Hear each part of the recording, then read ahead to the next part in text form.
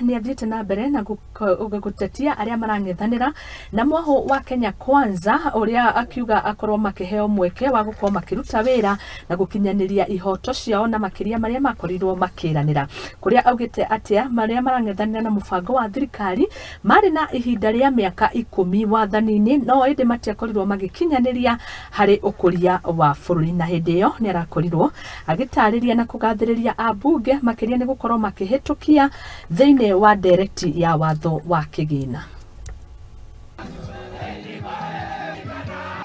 Mimi nataka kuomba serikali na waziri uko hapa.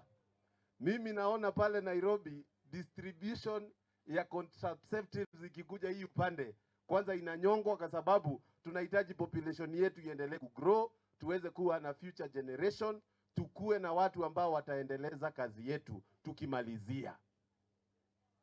Murauga atevauga korino niguo kate kubai. Na mimi nataka kuomba vijana wetu, musikae nje ya kanisa muende ulevi, musahau hata kupata familia. Kanisa ya Wakorino mmesimama na mmesema nyinyi mnataka familia zisimame. Tukiwa kama serikali tumeungana na national government kupigana na wenye kuleta pombe haramu, wenye kutengeneza pombe haramu, na wenye kuleta mihadarati na dawa za ulevi. Na mimi wacha niwaambie, sisi hatuombi mambo mingi, tunaomba tu nafasi kidogo tu, tutimize ile ambayo tulikuja tukawaahidi. Hakuna kitu hata mmoja sisi kama serikali tunataka kufanya ambao hatukuja hapa.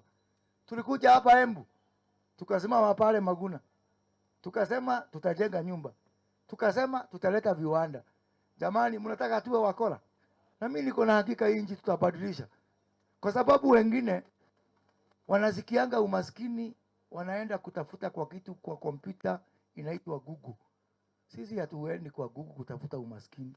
Tumeishi na umaskini na tunajua umaskini. Hiyo serikali ilikuwa, tafadhali mlikuwa na miaka yenu 10.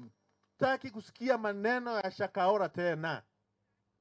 Na ndiyo tunasema kama kuna sheria ambayo italetwa pale bungeni, iletwe haraka iwezekanavyo, ili tuhakikishe wale ambao ni wakora katika maneno ya Biblia tuweze kuwatoa nje. Wale ambao ni wakora katika maneno ya Quran tuwatoe nje. Wale ni wakora katika maneno wa India ile Hinduism tuwatoe nje, ili tuachwe tukiwa na watu ambao wanahubiri neno ya Mungu.